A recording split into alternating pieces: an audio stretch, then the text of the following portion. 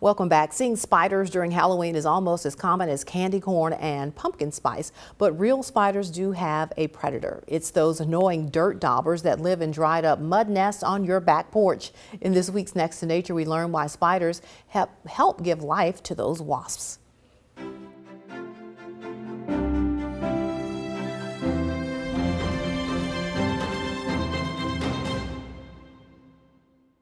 All right, welcome back to Next to Nature, everybody, with Dr. John Long. And this week we're talking about some insects you'll see a lot of during the fall months, and they're kind of annoying. Yeah, they can be.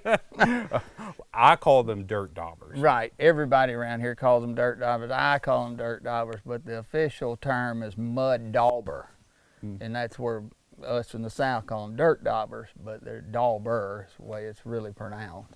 All right, and so what they do is they kind of take mud, dirt, and build their nest. So you'll see where the female gets the mud from. She'll go to a mud puddle, and she'll gather that mud. Well, she'll fly back and, for lack of a better term, slap that mud on there. Goes back and gets some more, and she'll eventually start building a structure. And there's different type of structures you'll see. I think a majority of the people, I myself included, the majority of the ones that you see around that you associate with a mud dauber are the ones that are long, those long tubes, and those are called pipe organ daubers. And but in essence, it's the same type of structure, that's the same type of emergence pattern that you'll see in all daubers. Any reason why some will do the pipe organ and then some do just kind of the big old blob? So there's different ones. There's different, like you'll see a pipe organ dauber, and then another type of that they call a potter wasp, which is a mud dauber, but it's a singular egg that's laid inside of it looks like a small pot, and it's got a little neck on it. So if you see it, that's a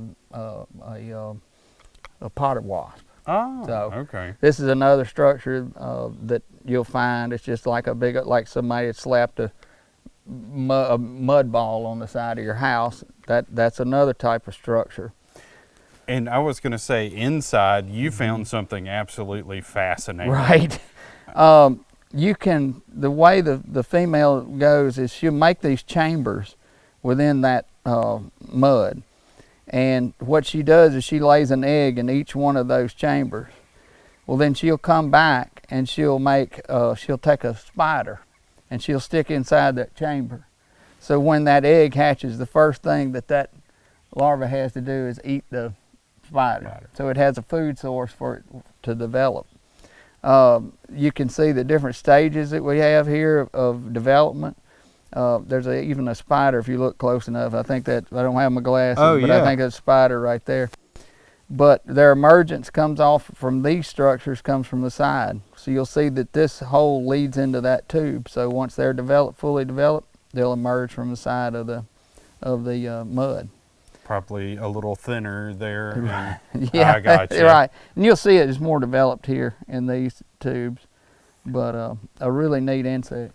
Absolutely. So how long does that normally take from when she lays the egg until they emerge? Development's really not that long in insects because they really have to get out there and we talk about cicadas lasting 13 years, but these smaller insects like mud daubers, you'll see them so prolific in this time of year and in the summertime too.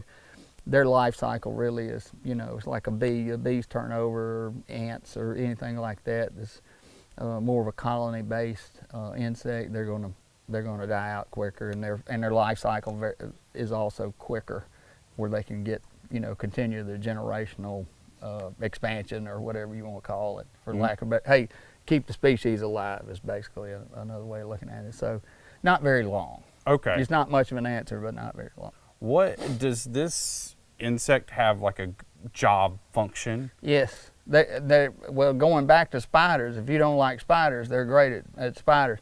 They can get other insects. They are a wasp.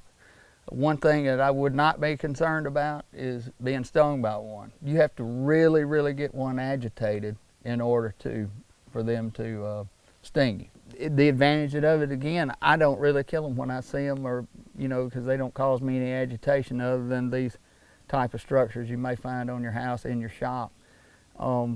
That they have those benefits is just like other wasps that feed on other insects. So I tend to take care of mine because my wife hates spiders, so I let them go. There you go. All right. Well, now you know more about dirt daubers and what they do. That's right. All right. Thanks, Dr. Long. Thank you for joining us, everyone, on this week's Next to Nature. We'll see you back here next week.